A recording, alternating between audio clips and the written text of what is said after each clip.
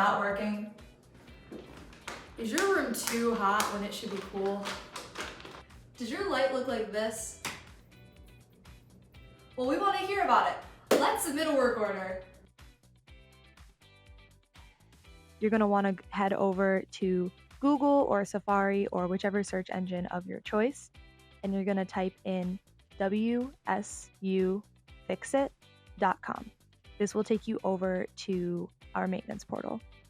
Now that you've made it to the Housing and Residential Life work order portal, you can fill out this form to submit a work order.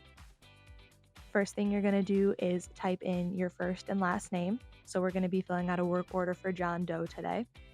You're also going to type in your Wayne State University email so that we can get a hold of you if we have any questions about the work order. We also ask that you put your phone number down so that we can get a hold of you quicker if we have any questions about your work order, or if we need permission to get into your space and we need to know what time you might be available. You're then going to select whichever residence hall or apartment you live in. You can use this space to type in your bedroom number. You can also use the space above to find your unit, so the specific room that you live in within the building. You can then select the location within your room that the work order needs to be completed, so whether that's in the bathroom or one of the bedrooms. And you can then select from our extensive list of potential maintenance requirements within the room so that you can see whichever applies to your situation. So today we're going to do a plumbing leak in the bathroom. You can use the full description area to give us a little more information about your work order.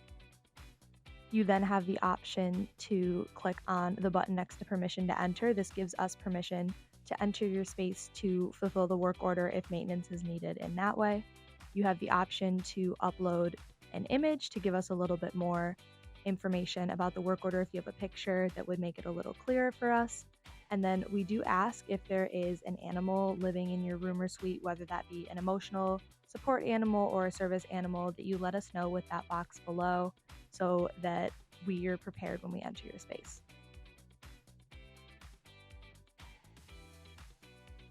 Now we're going to talk a little bit more about work orders, specifically how long it may take for your work order to be fulfilled.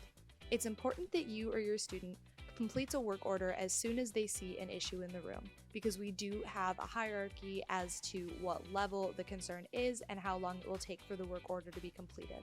The first type of work order that we're going to talk about is the emergency level work order. An emergency level work order is a work order that demands immediate response to protect and save property and lives. Emergency level work orders should have a crew dispatched immediately, but they should be resolved within 24 hours of the work order being filed. Some examples of an emergency level work order include a fire alarm throughout the building, a downed electrical line, an electrical outage, a toilet overflowing, a person trapped in the elevator, a gas leak or the smell of gas, or an inoperable locked where the space or the room cannot be secured.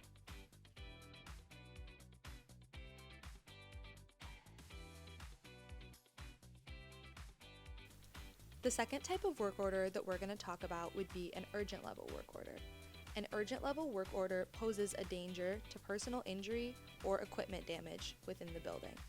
Urgent level work orders should be completed within 24 hours of the work order being filed. Some examples of an urgent level work order include broken glass and/or door, a faulty heating and cooling system where, depending on the time of year, the temperature in the room gets stuck below 50 degrees Fahrenheit or above 85 degrees Fahrenheit, loss of refrigerator storage space, a piping or a roof leak, a clogged sink, toilet, shower, or tub. Third type of work order that we're going to talk about is the routine type 1 work order. A routine type 1 is a maintenance or service that does not pose an immediate risk to facilities or students. Routine type 1 work orders should be completed within 5 business days of the work order being filed.